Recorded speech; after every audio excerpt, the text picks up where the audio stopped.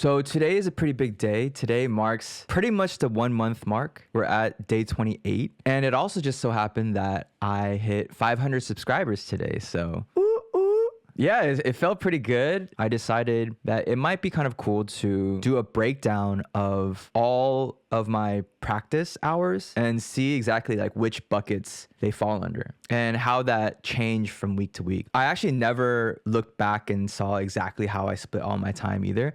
My theory is that it's gonna be, I think improv should be the most.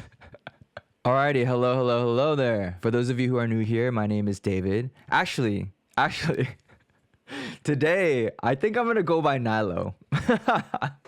I'm like, this is the one chance to take on a new persona. Why not take on a new name? From here on out, I'm gonna go by Nilo. So let me do that again. Hello. For those of you who are new here, my name is Nilo. I'm 33 years old. I quit my corporate job in hopes of building a life that I'm actually proud of and one that I won't regret. And for the next few months, I am committing to practicing 5 to 6 hours for 6 days a week in order for me to take my guitar improv skills from beginner to advanced. Yeah, I just wanted to show you guys, this is a super unorganized tracker for like all of my time. And initially it was just to track how many total hours I was practicing every day. And then I thought it might be kind of interesting to track more granularly. Eventually what ended up happening though was I started to track all of my time, even for like video editing and doing research for other stuff. And I even have like poop break, right?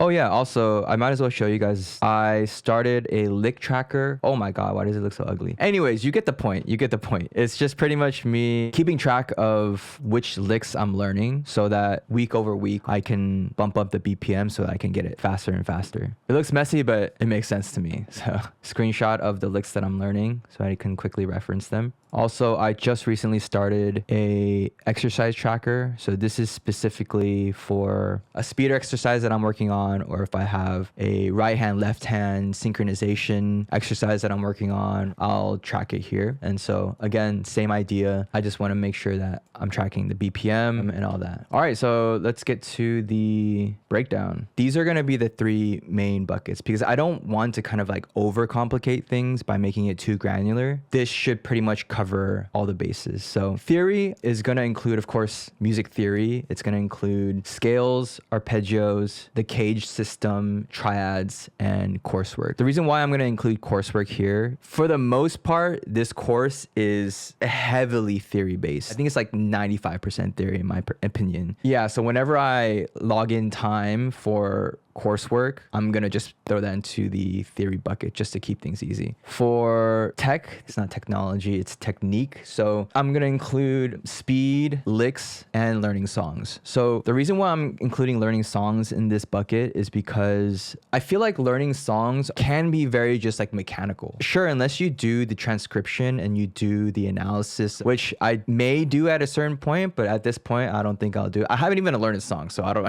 I'm just trying to think ahead here. And then we have improv, of course, specifically time for me to practice improvisation. And then also this past week kind of shed some new light on my process when it comes to improvisation because I had to actually spend some time to map where the triads were on the chord progression, along with making up some of my own licks. And I think in the future, this improv bucket will also include things like composing or songwriting too.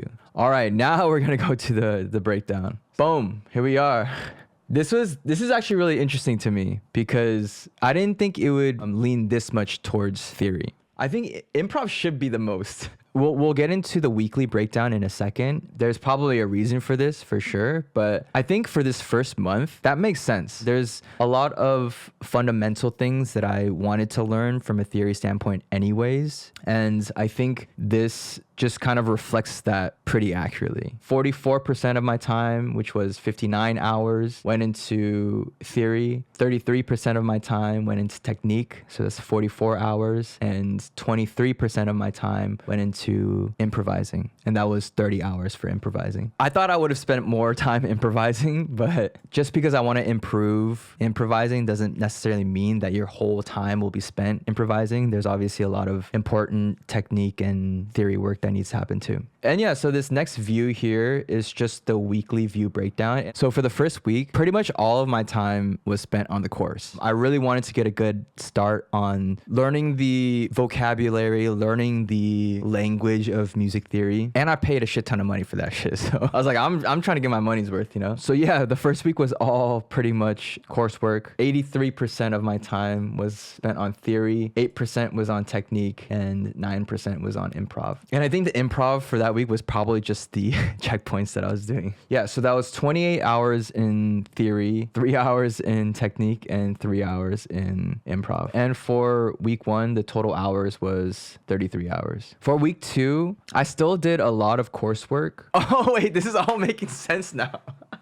Everything has been happening so fast these last 4 weeks that I kind of forget what actually went down. At the beginning of week 2, I realized that, oh shit, I spent all my time doing theory and my and my playing was not getting any better. That's when I started to pick up a couple of speed exercises. I signed up for a speed course. And then midweek, I made the realization that those chromatic speed exercises were not the way to go. So I shifted over to learning licks. In week 2, we have 46% of my time went into theory, 38% of my time went into technique, and 17% of my time went into improv. 15 hours on theory. I spent 13 hours on technique, and I spent 6 hours on improv. The total weekly hours for that week was 34 hours. Damn, I'm hella consistent. 33, 34, 33, 34. This is actually so funny to see now that I'm thinking about what actually went down during those weeks. So for week 3, that's right. So week 3 is when I also made the realization that I can't just be doing licks all day. That's when I made up my own kind of speed exercise, and I call it like speed improv. I mean, because watch the video. It's the week 3 video. I mean, yeah, honestly, that's a tricky one to categorize because I mean, in this data, I categorized it as technique, but at a certain point, again, like I mentioned before, I really just felt like I was almost improvising as I was doing those speed improv practices. For that week, theory dropped down significantly to 24%. Technique was 55% of my time, and improv was 21% of my time. That was 8 hours of theory, 18 hours of tech, and 7 hours of improv. Total weekly hours for that week was 33 hours. That week, that speed improv exercise was really addicting. It was really fun. That really honestly helped a lot with improving my speed over just the span of a few days. So no regrets there. Week 4, that was this past week. Really interesting because I really focused on learning triads in the context of improvising. I did a simple C major over a 1-5-6-4 chord progression. And so I sat there and I mapped out the triads. That's why this week, the majority of my time went into improvisation. 26% of my time went into theory, 31% of my time went into technique, 44% of my time went into improv. 9 hours of theory, 10 hours of technique, 15 hours of improv. Total weekly hours was 34 hours. So interesting because it essentially just flipped. Every bucket had its moment to shine throughout this month.